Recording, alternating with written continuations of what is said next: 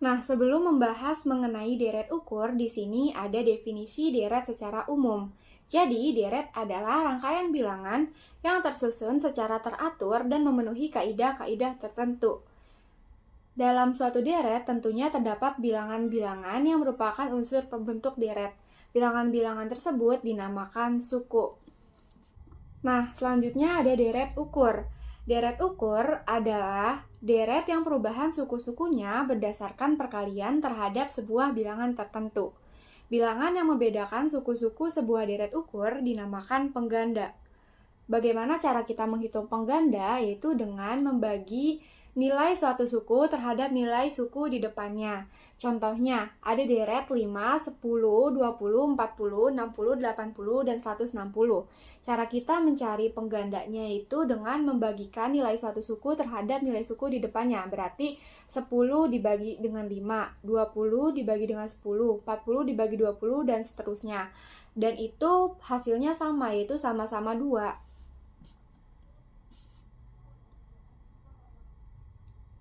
Selanjutnya ada suku ke N. Suku ke N maksudnya kalau misalkan kita disuruh menentukan nilai suku ke 1000, kita kan nggak mungkin menghitung secara manual. Di sini ada rumus untuk memudahkan kita mencari nilai suatu suku yang diinginkan. Rumusnya apa? Rumusnya sama dengan Sn sama dengan A dikali P pangkat N min 1. Sn itu suku ke N. N-nya itu suku yang keberapa gitu yang diinginkan. A-nya itu suku pertama, P-nya itu pengganda, N itu indeks suku. Nah, rumus ini didapatkan dari mana? Rumus ini didapatkan dari, ini ada contoh soal yang tadi. Itu perumpamaan aja, contoh soalnya yang 5, 10, 20, 40, 60, 80, dan 160. Suku pertamanya itu 5. 5 itu dilambangkan dengan A kecil. Suku keduanya itu 10. 10 itu didapat dari mana? Didapat dari suku pertama dikali dengan pengganda. Suku ketiganya 20. 20 didapat dari mana? Didapat dari suku pertama dikali pengganda dikali pengganda lagi. Nah, untuk suku kedua ini kan rumusnya AP. Kenapa disama denganin lagi? AP sama dengan A dikali P pangkat 2 min 1. Kenapa harus 2 min 1? Karena di sini P-nya itu pangkat 1. Jadi P pangkat 1 itu sama dengan P 2 min 1 gitu. Jadi rumusnya diperoleh sama dengan Sn sama dengan A dikali P pangkat N min 1. Contoh soalnya itu 2, 4, 8, 16. Kita disuruh menentukan suku ke 10. Berarti dari soal ini sudah diketahui kan bahwa suku pertamanya itu adalah 2. Penggandanya juga 2.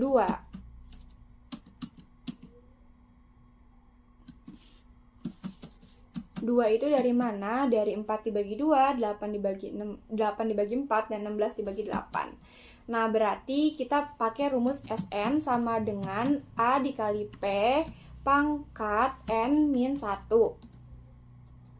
N-nya berarti 10. S10 sama dengan A-nya berapa? A-nya 2 dikali dengan 2 pangkat N-nya itu 10 min 1. Berarti S10 sama dengan 2 dikali 2 pangkat 9. 2 pangkat 9 itu 512. Jadi 2 dikali 512 berarti S10 sama dengan 1024. Selanjutnya ada rumus jumlah N suku. Jumlah N suku maksudnya suku pertama ditambah suku kedua ditambah suku ketiga dan seterusnya sampai suku yang diinginkan. Di sini ada 2 rumus. Yang pertama apabila penggandanya lebih kecil daripada 1 dan yang kedua apabila penggandanya lebih besar dari 1. Biasanya untuk memudahkan menghafal rumus, aku membuat singkatan. Singkatannya itu APNI per PI. Itu untuk P-nya lebih besar dari 1. Nah, kalau P-nya lebih kecil dari 1 kan cuman kebalikannya, yaitu P-nya ditukar sama min 1 kan. Kalau misalkan di JN untuk P lebih besar dari 1 sama dengan A dikali P pangkat N min 1 per PI. P min 1, kalau misalkan di P lebih kecil daripada 1-nya itu, yang di dalam kurungnya dibalik. yaitu 1 dikurang P pangkat N per 1 min P gitu. Ini ada contoh soal, diketahui A-nya itu 4, penggandanya itu 5. Jumlah 5 suku pertamanya berapa? Berarti masuk langsung aja J ke 5. Pakai rumus APNI per PI, karena dia P-nya itu lebih besar daripada 1. Tinggal masukin deh, J5 sama dengan A-nya itu 4 dikali P-nya itu 5, N-nya itu 5 dikurang 1 per 5 min 1. P sama dengan 4 dikali 5 pangkat 5 itu 3125 dikurang 1 per 5 min 1 itu 4. Karena ini pembagiannya sama, tinggal dicoret aja. Jadinya hasilnya jumlah 5 suku pertamanya itu 3124. Selanjutnya itu ada menghitung deret ukur dalam penerapan ekonomi. Jadi sebenarnya deret ukur itu nggak cuma kita hitung biasa aja, tetapi itu juga ada konsepnya dalam penerapan ekonomi. Salah satunya yaitu dalam menghitung model bunga majemuk. Model bunga majemuk itu apa? Yaitu bunga yang didapatkan tidak hanya dari jumlah deposito atau pinjaman awal saja, tapi juga dari total jumlah bunga sebelumnya. Sederhananya, jadi model bunga majemuk itu bunga yang kita terima atau yang kita bayarkan ketika kita meminjam uang dari bank, atau enggak kita menabung uang ke bank, dan kita pasti akan dapat bunganya. Nah, bunga itu tuh akan kita hitung secara total keseluruhannya dalam beberapa jangka waktu ke depan. Lanjut, ini ada rumus deret ukur dalam menghitung model bunga majemuk. Yang pertama itu keterangannya ada P itu present value atau jumlah sekarang, dan I itu tingkat bunganya, sedangkan N jumlah tahun. Nah, ini untuk rumus yang bunganya itu per tahun, 1 kali per tahun. Jadi Fn sama dengan P dikali 1 ditambah I pangkat N. Sedangkan lebih dari 1 kali dalam setahun itu ada Fn sama dengan P dikali 1 ditambah I per M pangkat M dikali N. Jadi M itu apa? M itu frekuensi bunga dalam setahun. Nah, ini tuh ketika kita menerima bunga atau membayar bunganya itu 2 kali atau 3 kali atau 4 kali dalam setahun. Jadi intinya tuh lebih dari 1 kali. Nah, maka kita harus menggunakan rumus yang ada M-nya ini. Lanjut.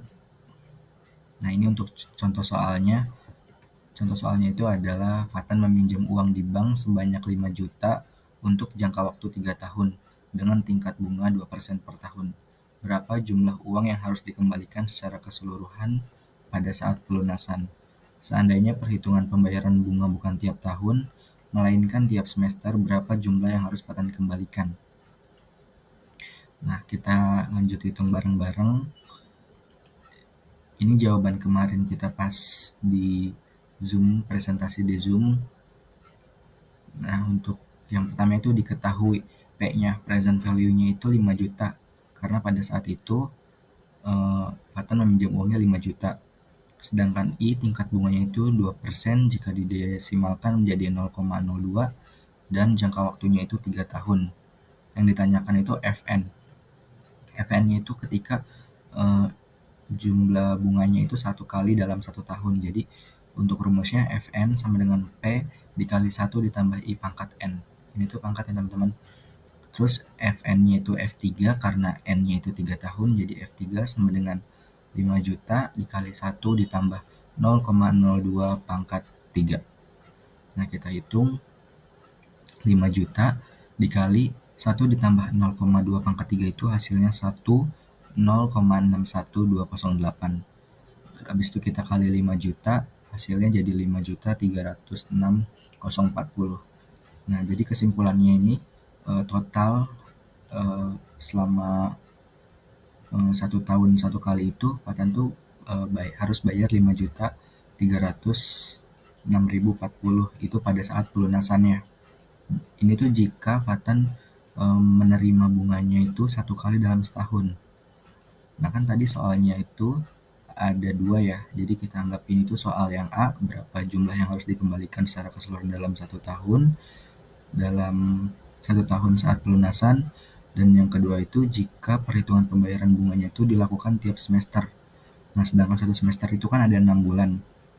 Jadi otomatis 1 tahun itu dia bayar 2 kali dong. Nah, jadi kita pakai rumus yang kedua, rumus yang lebih dari 1 kali dalam setahun. Nah, diketahui present value-nya itu sama 5 juta, tingkat bunganya 2%, didesimalkan jadi 0,02, N-nya itu 3 tahun, M-nya itu 2. Kenapa 2? Karena yang dibayarkannya itu 2 kali dalam setahun. Kan 1 semester 6 bulan tuh. Jadi 1 semester, 1 semester. Nah, jadi sama dengan 1 tahun itu cuma dia bayar 2 kali. Nah, ini untuk rumusnya kita masukin dulu P dikali 1 ditambah I per M pangkat M dikali N.